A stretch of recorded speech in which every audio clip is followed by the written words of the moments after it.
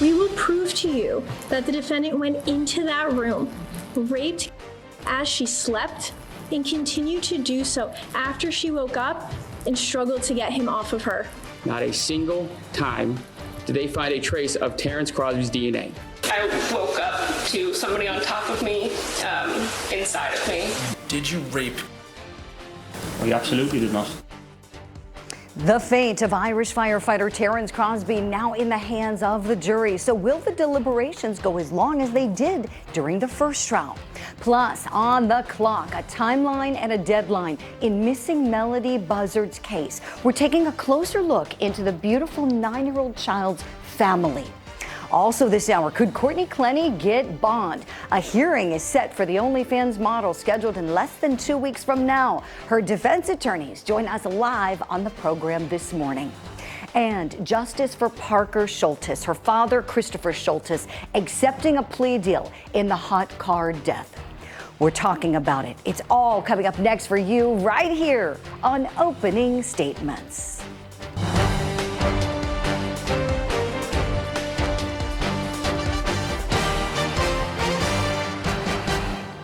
Good Thursday morning to you. Welcome to Opening Statements. I'm Julie Grant. We got a great show planned for you, so let's get started. Grab that cup of coffee or tea, or if you're across the pond, whatever you're having at lunchtime, it's time for my opening statement. Just when I thought Brian Kohberger couldn't stoop any lower, he does. A hearing date of November 5th now set for the court to hear those arguments that we told you about the other morning here on Opening Statements over victim restitution. Killer Kohberger is fighting additional restitution payments to the family of Kaylee Gonsalves and Maddie Mogan. So the court's giving him an opportunity to be heard on the issue. What a scumbag. His lawyers argue in their motion that he won't be able to pay the amounts ordered because he's locked up and he's not working. He can get a job in prison. I don't care if he makes 2 cents an hour, he should be ordered to work every single day in that prison until he dies in it. And every single penny that he earns should go towards victim restitution. It is the principle here that matters. He wronged those families in the most cruel and heinous way, and because of him, they're now forced to suffer for the rest of their lives. And him working to repay them just some amount of money is still meaningful, because it's part of the justice for Kaylee, for Maddie, for Xana, and for Ethan. So if I'm that judge, I am ordering that lowlife to pay back every single cent to those sweet families. That's my opening statement. Let me know if you like it. Right now, it's time for your daily docket. I told the dispatcher, I said, I think he sees me on the phone, I'm afraid. Where did you stop? Probably about 10 or 15 feet behind the car. Did the vehicle leave again? No, it stayed in the parking spot. And did officers arrive at that time? A lot of officers arrived at that time, and we were basically blocked in. In New Hampshire, we've got the prosecution expected to rest today in the Amber Alert murder trial for defendant Dustin Duran. Court's getting it underway at 9 a.m. Eastern. We're going to go in together live when it begins. In Florida, we've got the murder trial over the death of rapper Julio Folio happening for defendant Alicia Andrews. She's one of 5 co-defendants. Court resumes at 9 a.m. She's accused in the ambush shooting. She's also the first defendant to go to trial. We'll see what happens.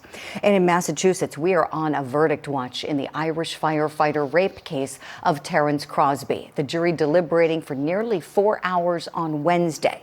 The question is, will they go as long as they did in Crosby's first trial? And that is our top story for you. So this guy on trial for a second time for allegedly raping a woman at a Boston hotel. The first jury spent 22 hours deliberating, ultimately leading to a mistrial. They were deadlocked. Now, before deliberations began on Wednesday, the jury got to hear the closing arguments. Let's look back at that. Terence Crosbie, he is not the unluckiest man in the world. He's just someone who did a terrible, terrible thing to another person simply because he wanted to and because he thought that he could. but don't ignore the evidence. Why would you turn away from all of the evidence pointing to Terence Crosbie? Turn toward the evidence and find the defendant guilty for what he did. Most importantly, he took the stand and told you in no uncertain terms he did not do it, and that they have not proven each and every element of the crime charged beyond a reasonable doubt. And for those reasons, I ask you to return the only just, appropriate verdict, not guilty. Thank you. Now, defendant Terence Crosbie is charged with 1 count of rape. If he's convicted, he's looking at up to 20 years behind bars here in America. Now, remember, he's a citizen of the country of Ireland, just here for a parade, the St. Patrick's Day parade, which he never got to march in because he took off to the airport where he was arrested. He changed his flight to get home early. Why? Let's talk about this case. Let's get some predictions on the verdict. Be sure to share yours with us on social media as we welcome in our legal eagles. Joining us this morning, attorney John Phillips and attorney Kevin Brackett. Wonderful to have you gentlemen on the show today. So let's get some predictions on this. Are we going to see the same outcome, or is something going to happen differently with this different jury? John Phillips, would you start us off, please? No, I didn't watch the first trial, so I don't know the actual differences. But in what I've seen of this trial and what I've read about it, you know, a lot of reasonable doubt exists. Certainly, there's a lot of circumstantial evidence and leaving the scene of the crime, and you know, the way the DNA, while was inconclusive, you know, you have a guy masturbating. Like there's a lot of things going on that a jury could hang their hat on. But I think we're, again, in for a long haul with possible holdouts based upon the amount of reasonable doubt that exists. Kevin, let me go to you. You're a solicitor in South Carolina. That's the word you all use for prosecutor, for anybody wondering, and you've done it for a long time. So do me a favor, look at this from the lens of these prosecutors in the Commonwealth of Massachusetts. Assess the case for us. How strong, how weak? What do you think it is? What challenges do you see? Good morning, Julie. Well, every case has, every sexual assault prosecution is a challenge unless there's, you know, conclusive evidence, and rarely is there a slam dunk. Oftentimes it just comes down to the word of the victim versus the word of the defendant. So here, you have that essentially, but on the side of the prosecution, you've got some other facts that I think are helpful. As John pointed out, I think the most damning fact is that he picked up and tried to leave the country 3 days before he intended to, or 3 days before his original plans. And then the excuse that he gave when the police pulled him off the plane, that the door was cracked, and I mean, that's just so weak and flimsy. It's obviously the best he could do on short notice. He thought he'd gotten away. I mean, the plane had left the terminal. But so you've got that going. On the other hand, you've got the problems of the inconclusive DNA and the fact that the victim was drunk. I mean, I think they're in for a long wait in Boston on this case. I think that the jury's got a lot to think about in there. I see why this case has gone to trial. I get it. There are triable issues that you gentlemen just identified, both of you, you know, on each side there are issues. I can see why it went to trial. Let's take a look back together at a clip from the accuser, and then we're going to look at a clip from the defendant. Here we go. I woke up to somebody on top of me, inside of me, in his penis in my vagina, on top of me, telling me, you like this, he couldn't give this to you, I'll give it to you, he's a loser. I was focusing on getting out. I was focusing on getting to safety. He was walking around the room, gathering her clothes and rummaging, looking for her belongings. And did you look at her? We're out, but I couldn't, but I didn't try anyway. Did you touch her? I didn't. Did you have any physical contact with her? I didn't. Did you rape? I absolutely did not. I absolutely did not, was his answer. Okay, so who came off more believable? Let's talk about that. John, let me go back to you. Your thoughts on these two key witnesses. I think it depends on the juror, right? And it depends on what their background and experience is, because you have an emotional victim who is recounting one of the worst days of not just her life, but any woman's nightmare.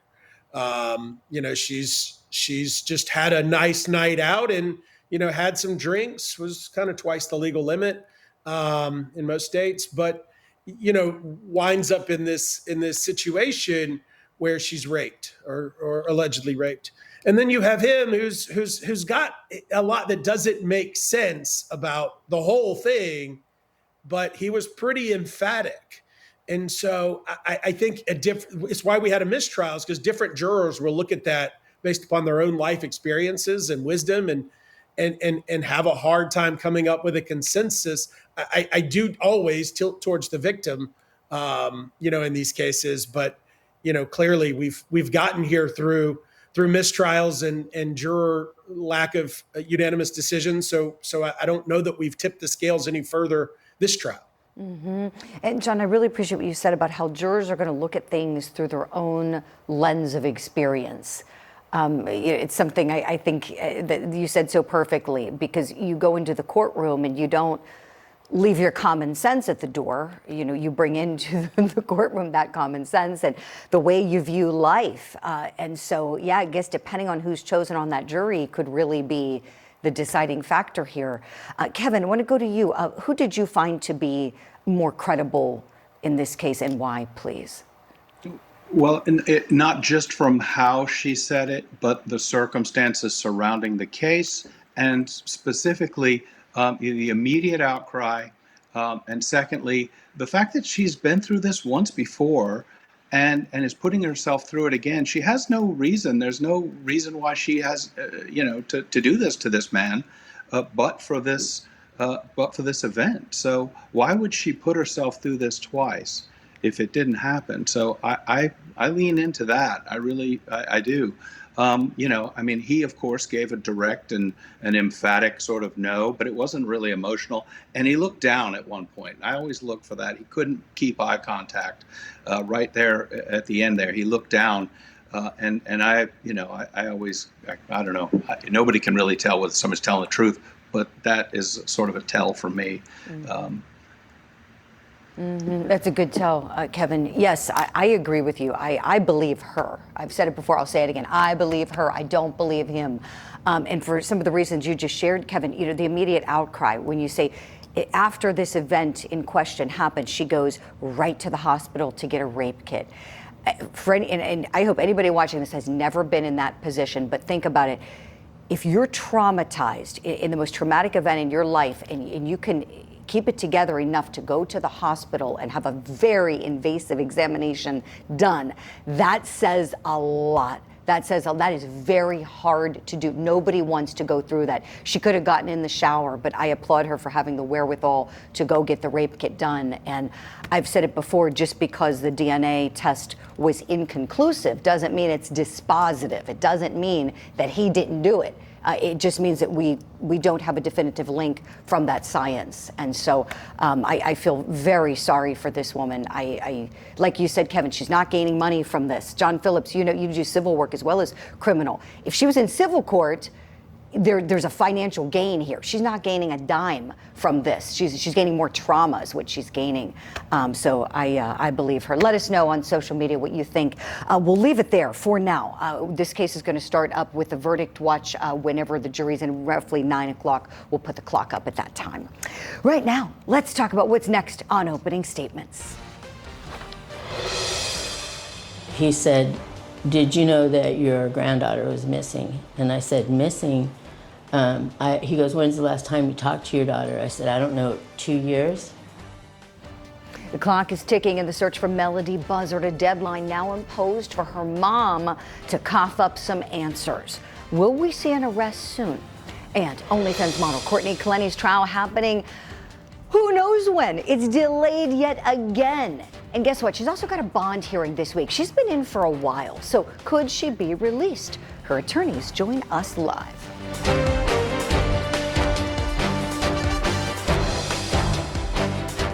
I've committed so many horrific acts over and over and over. Do you think you deserve to die for murdering those innocent people? You tell me. I wish more than anything, David, that I would have done something other than the things I've done in my life. Are you really a changed man, or is this some kind of stunt? Interview with a Killer, 2-hour season premiere, Saturday night at 8 Eastern and Pacific, only on Court TV.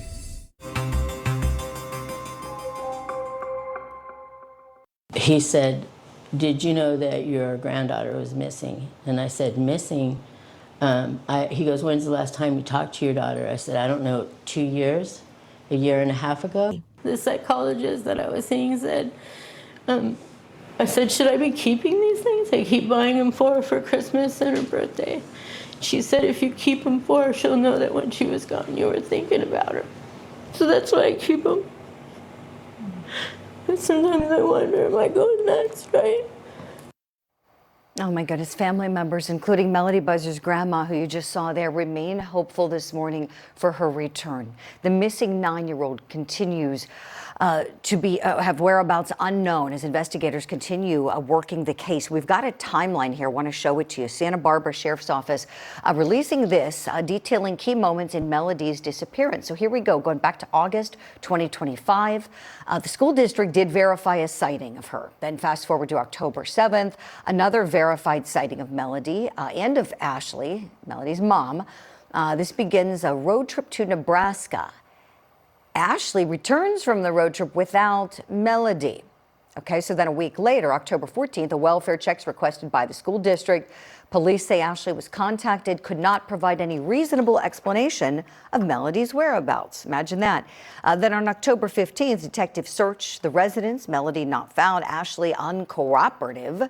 On the 18th, the FBI joins in the investigation. The FBI has been sending out this beautiful child's poster online. I've seen it lots of places asking for people to share, call in tips.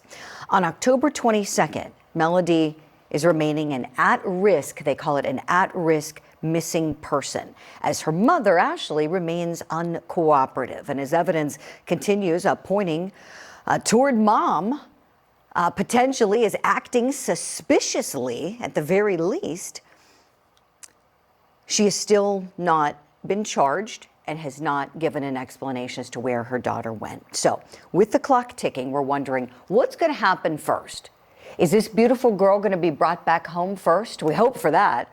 Or is mom going to be arrested first? Wouldn't be upset at that either. Let's bring in South Carolina solicitor Kevin Brackett and private investigator Manuel Gomez with Black Ops Private Investigators. Good morning to you both. Manuel, what do you think? Well, you know, I think she should be brought in at a minimum as endangering child welfare. Okay, this will cause them to now be able to have the tool to find out where she is. Okay, and I want to add another thing to this, Julie. You know, this case has moved me so much that, you know, I want to help this family. I want to help her. I also want to help Celeste Rivas. So I'm making an announcement now. I am going to offer $10,000 reward to anyone that can prove that this little girl's alive and information regarding Celeste Rivas with that guy, David. Okay, $10,000 to anyone that can show me her location or that she's alive. And at Black Ops Private Investigators, we will pay immediately.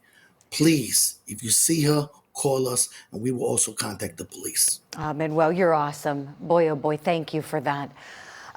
Thank you for that, really and truly. You have such a big heart, and you're so good at what you do. I pray this child can be found alive.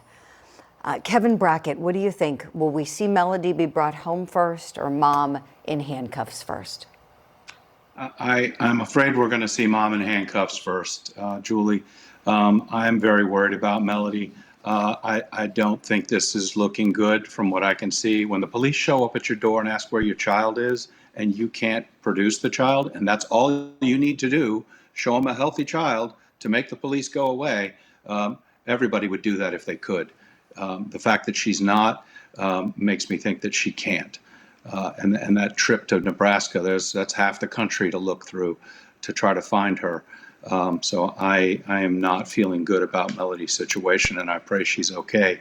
But I'm very worried about her. But I don't see us getting Melodee home before we see Ashley in jail. I'm with you, Kevin. I think mom's going to be arrested first. We might hear of this happening tomorrow because we know mom was given 72 hours notice from Monday to either produce her child, her daughter Melodee, or be taken to jail. And so TikTok for mom here. Manuel, this is a tough conversation to have, but it's an important one, and it's the reality here. What do you think the odds are that Melodee could still be alive? I don't think the odds are good because, like my colleague just said, if the child was alive, any parent would just stop all this harassment, the community pressure, people leaving signs on her door. She would have already told. And that's why we have to bring her in on endangering child welfare at a minimum, okay? Because this will force that mother to say where that child is. Unfortunately, I think this is another victim, as we've seen countless times, Julie, on Court TV, of children who've gone abused, killed, maltreated, doing homeschooling. We have to have those regulations in place. And this case has touched me so much. This is why I offered that $10,000 reward to find her. We have to stop this. And I'm tired of seeing children like this not being helped. And thank God that they're going to do it within 72 hours. Exactly. Give her a time limit to do it. I love that, Manuel. So let's talk about something else. So the walls are closing in on Melodee's mother. Good. And the Southern California community where they live continues pushing for some answers. We want answers! We want answers! Look at this. So supporters of Melodee stood outside of Ashley Buzzard's home. They were chanting, demanding an explanation for Melodee's disappearance. They brought signs. Her mother, we know, is not making any statements publicly.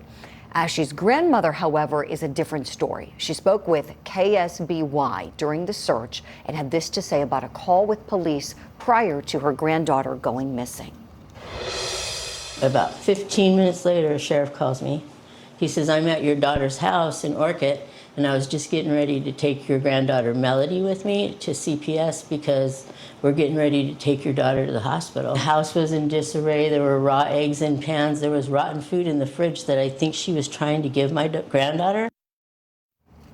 Oh my gosh. So what's going on with that family? Boy, oh boy, that's just, it's infuriating. Manuel, your thoughts? Well, you have to understand, you know, the grandmother and also one of the other family members admitted that she has mental health problems.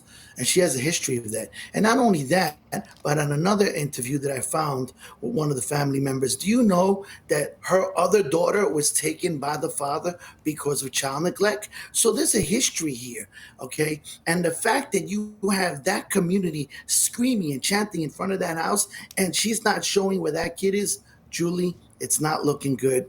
I don't think she's alive. Yeah, this is so sad. We all pray that she's alive and well, but the reality is mom was the last person with her, drove her to Nebraska, returned without her, and isn't talking. It just, it doesn't make sense if she's alive. Kevin, what do you think about this family, this poor, helpless, beautiful child? Seem to be doomed here with this situation. Yeah, you know, one of the subtexts of this entire discussion, Julie, is the state of mental health in this country. The fact that she could be mentally unstable but still allowed to keep this child for that long. You know, and there's a lot of great homeschoolers out there, a lot of parents who take good care of their kids, but one of the things you miss is the social safety net of school, having a child show up every single day so that if there is a problem, a teacher can spot it and call the authorities so that the child can be protected from parents like this. So it's really just a tragic situation, Julie, and highlights a number of issues that really need to be addressed, not just in California, but I think across the country. Yes, Yes, Kevin, you're exactly right. You and Manuel both are raising that point. If there's no oversight, from our government and people are just allowed to homeschool, we can't trust. Isn't that sad? We can't trust that it's being done right and for the right reasons. There are, I know some people who've done a beautiful job homeschooling their kids, personal choice, but they took it seriously and the kids were raised so well and have grown up to be really successful.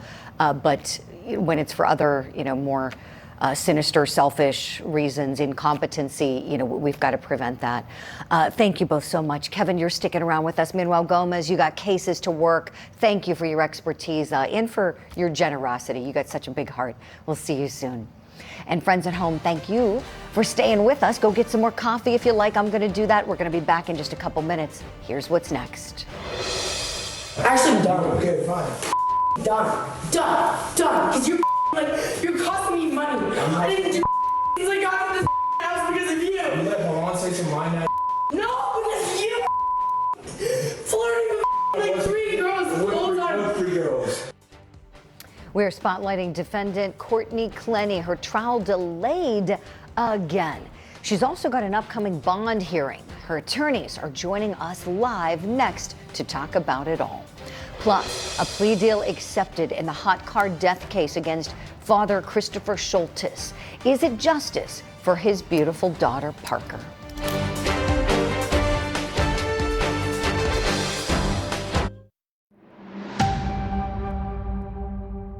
I have not always been a victim, but right now I'm a freaking victim in the situation. He and the defendant, Clenney, had been involved in an extremely tempestuous and combative relationship.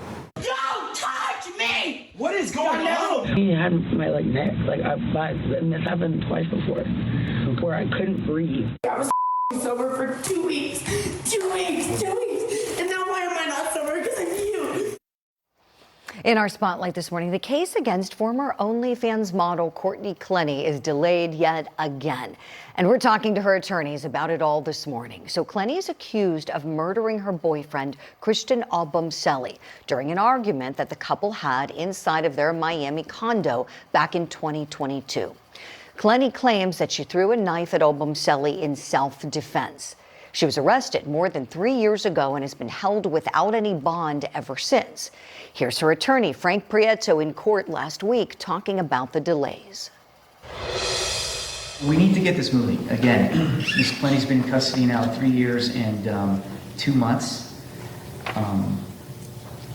It's time to get this in a realistic trial date position.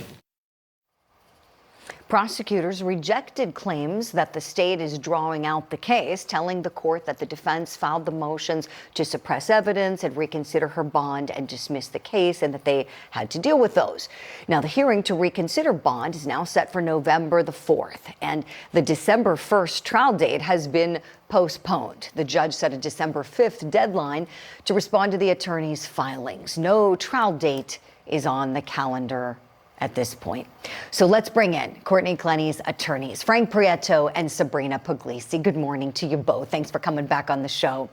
All right, so let's talk about where things stand now. Let's talk about the trial first, and then we're going to get to the bond. So many of our viewers, I'm sure you both can believe it, ask often, when's this case happening? When's it going? And I know I've asked you both often when you've been on the show, and unfortunately we just haven't had a date. Sabrina, realistically, when do you think this is going to go? Realistically, we're hoping for the first part of next year. Due to scheduling and all the motions, all the delays, Julie, that we've had. And much of it has been because of the prosecutorial misconduct with the breach of privilege. But we finally are past that. We're now getting ready to really go to the meat of the case, which is getting ready to litigate the motions. And then as soon as those are done, we'll be ready for trial. So yeah, realistically, I think we're going to be looking at the first part of next year, sometime in first quarter. Okay, so wintertime, somewhere in there. I know you both have been preparing for a long time. We've talked a lot about the case. Frank, I want to turn to you about the bond. We saw you in court making those arguments. We know now the bond hearing coming up sooner than any trial, November 4th. We have a clip from what the prosecuting attorney, Sean Abuhoff, had to say, I might be mispronouncing that name, had to say about your client possibly getting bond. Let's take a listen. Are you going to respond right to the reconsideration of the bond? So, Judge, that's the hard part about this, is that there's not much that's new within this. There are, they're asking for reconsideration based off of the amount of time and the litigation that took place really over the last 18 months. It doesn't change the risk of flight, the dangerousness. It doesn't, I honestly don't believe that there's any form of evidentiary hearing that will be necessary. And it's one of those that certainly if Your Honor believes I should respond, I'm happy to. But it just, I don't believe there are grounds in this to warrant the defendant's release. All right, Counselor Prieto, what's your response to that, please? Julie, thanks for having us again. But so listen, the prosecutor, he raises a fair point. He's indicating that, saying that, hey, look, Judge, there's nothing new here. There's no new evidence. And so that the court should deny it. And Judge Wolfson is going to consider his argument. She indicated she's not sitting in an appellate capacity to overturn Judge Cruz's decision. But we did raise new issues. And one of the issues, it's connected to our motion to dismiss. We found out in a collateral proceeding that a witness, the first person to enter Miss Clenney's apartment, was videotaping on his phone and taking pictures. And after the police were interviewing him, they instructed him to delete all his videos and all the photos, which was the pristine alleged crime scene. So this is new evidence that I think the court needs to consider. That this would have been helpful for the defense. It raises issues of the preservation of the crime scene. And I think that it's something the judge should consider, along with the previous misconduct on the part of the government, to say, hey, look, there is new evidence here. I can reconsider bond. And hopefully Courtney will be out while we prepare for her trial. Whoa. Okay, Frank, we want to back the truck up with you. Back the truck. I am horrified. So, I guess first question, was whatever was deleted recoverable? According to that civilian witness, he deleted everything at the direction of the police, and then that was approximately, then he changed his phone. Look, the government should have been aware of this because the video that they turned over, surveillance video the government turned over to us from the elevator, shows this individual on his phone clearly filming. The government should have, they were in a better position when they had this before they even filed the case. They should have preserved that. They should have interviewed this gentleman. They should have served, iCloud warrants, whatnot on his phone. And it turns out he was never even interviewed by the state attorneys in this case. In fact, the lead detective never interviewed this guy. It was apparently a patrol officer who stood over him, according to his testimony, and made him delete all the video and audio. Now, what was on there, we don't know. Obviously, the camera wasn't there when the event took place, when Miss Clenney was defending herself. But this is what we call a Youngblood violation. Destruction of evidence, and that's the basis for the motion to dismiss, which ties into our reason to ask for another bond. Wow. I mean, I can't say I'm surprised. I mean, these things unfortunately happen. Good on both of you discovering that and being able to raise it as a viable issue for your client. And I would think, and I'm certainly not trying to speak for anybody or put words in anyone's mouth, but I would think the Albumcelli family would probably be disgusted as well, because if there was something, like you said, Frank, you don't know what's on there that they may want to see. Obviously they're very upset and coming from a different perspective than you both are. You're advocates for Courtney. I can't believe a police officer would tell a witness to get rid of potential evidence. Can you share with me, was this a neighbor? Can you give us a little bit of an idea of who this gentleman was, if you know? Yeah, Julie. Yeah, and listen, it is shocking. It's completely shocking to hear that whether it's a patrol officer or a detective, that they're destroying evidence, right? It's crazy, but this case has taken a turn for somewhat. There are so many issues that have come up in this case. You're well aware of the misconduct, the reading of our attorney-client privileged communications. It's absolutely crazy. It's bizarre, and it's a sad statement of how the justice system can work sometimes. But this gentleman was one of the employees of the condominium. Oh, wow. So he was there first with the security guard filming, which would have, revealed what was occurring at that point. It was minutes before the cops got there, the police officers. So. Yeah, exactly. He was there before them. Boy, that's really unfortunate. But that's a really interesting issue, even if it doesn't support your position at the bond hearing, perhaps at trial. It's obviously you two are such pros. You'll explore that on your crosses. Sabrina, let me go back to you, please. We know that you all have filed motions to exclude many of the phone recordings. Courtney and Christian recorded each other, a lot of toxicity, as we know. The phone calls that he recorded that are very damaging to her, where does that stand? We have that pending. What we had to do was to supplement just the exact recordings, and we've done that. We refiled that, and so that will be pending. I mean, the case law is really clear that surreptitious recordings should not be admitted into evidence. And honestly, when you think about it, this is the whole thing of what Christian used to do, right? He used to taunt her. He used to gaslight her, get her to a point, and then he would record her. We don't know anything of what occurred before those recordings started. And that's why not only is it illegal to record somebody without their permission, it also is very unfair because it doesn't portray exactly what occurred during the situations. Yeah, tough case this is. I've said it before, I'll say it again. The best thing going for Courtney Clenney are the two of you, Sabrina Puglisi, Frank Prieto, excellent advocates you both are. And with this new information, we're going to have to reach out to the Obumseli family. Perhaps Attorney Mike Haggard, maybe he'll speak with us and see if they would. I would be upset if I were them, and this is potential evidence that's been destroyed for no good reason. Thank you both for the new information. We'll see you soon, I hope. Coming up next here on Opening Statements, here's what we've got.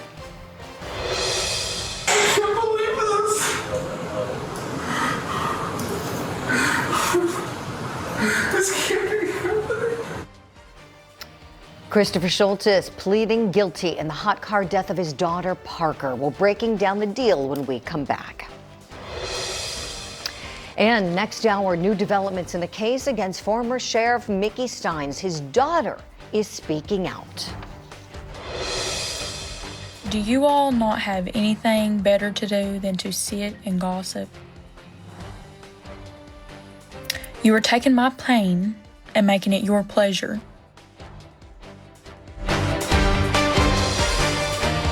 An Amber Alert triggered by a deadly shooting and two girls taken by their father. But did Dustin Durin shoot the mother of his children in self-defense? The Amber Alert murder trial. Live coverage today on Court TV. I'm Vinny Politan. Welcome to Closing Arguments. What's happening here? It's unreal. Let me show you exactly what happened.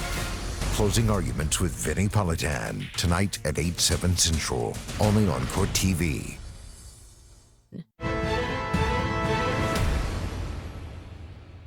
Based off of our investigation at this point, right, we have determined that there's probable cause to go ahead and charge you for what happened. Okay. Let's come out here, Christopher. No. It's okay. No. Okay. So listen. No.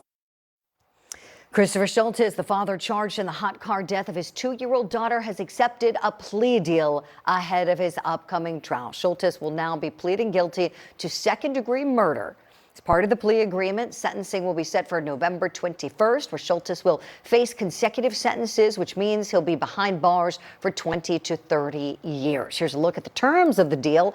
Sentences running consecutively, 20 to 30 years of flat time with no eligibility for early release. He rejected the initial plea offer of 10 to 24 years in prison. Here's what Scholtes would have faced if he went to trial. First-degree murder charge, life in prison, or the death penalty, potentially, or the penalties. Trial was set to begin next week. All right, so is this agreement justice for his daughter, Parker? Let's talk about it. Let's bring back in our legal eagles, Kevin Brackett and John Phillips. John, what do you say?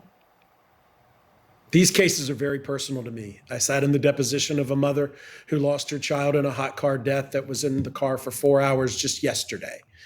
And the law needs to catch up and learn how to prosecute these cases better. Certainly 20 years, 20 to 30 years, is justice. But you've also got to realize that this child is now, passed away, and the siblings are going to lose this father, and there are no winners here through justice. No, certainly not. Kevin Brackett, you know how tough these cases are as well. When you have a child involved, and then the parents, the defendant, they've already suffered an immeasurable loss with the death of their child, but they still are deserving of punishment under the law. Your thoughts? Well, Julie, we live in South Carolina here, and it gets awfully hot in the summertime. We've had a few of these cases in South Carolina over the years, and they kind of fall into two categories. The father who doesn't usually take his kid to work, but then one day or doesn't usually take his kid to daycare. One day he's got to do it, but he forgets. And the child falls asleep in the car seat. He goes to work, doesn't even remember the child's quiet, goes in, and then the tragedy unfolds. That's more sympathetic. It's still the responsibility of the guy. He's still screwed up. He still needs to be held accountable. Then you got the father who's inside the house doing meth for 8 hours, and he left his kid in the car. No sympathy for that. That's just murder. So the penalty needs to really match exactly what the father or the parent who neglected their child did.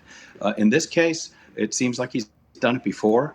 The text from his wife saying, I've told you not to do this. He's inside playing video games. He just doesn't want to be bothered, it sounded like. So I'm less sympathetic to this man. He seems to fall into the latter category, or closer to the latter category than the former. Right, Kevin. We've got a statement from the Pima County District Attorney's Office saying, quote, under the terms of the plea, the sentences imposed by the judge are going to run consecutively, and Scholtes will face a sentencing range of 20 to 30 years of flat time, meaning he's not eligible for early release. He must serve the full sentence imposed by the court and the Department of Corrections for murdering Parker Scholtes on July 9th, 2024. John Phillips, this parent had complaints before. They were deemed unfounded, but nonetheless, unfounded by the state. His child, though, was put into the care of her mom. Could this have been prevented? 100%. The history of abuse. Anytime a parent, even by perception, is using a hot car or a car seat to babysit, that is an unfit parent. That is an abusive parent. And that's what we seem to have here. And it's intolerable. And I hope they throw the maximum at him. Yeah, you're so right, John. Intolerable. That's a great way to put it. It's been such a treat having you both on the show today. John Phillips, Kevin Brackett, thank you both for your legal insights. We'll see you soon. And friends at home, thank you for being with us here on Opening Statement.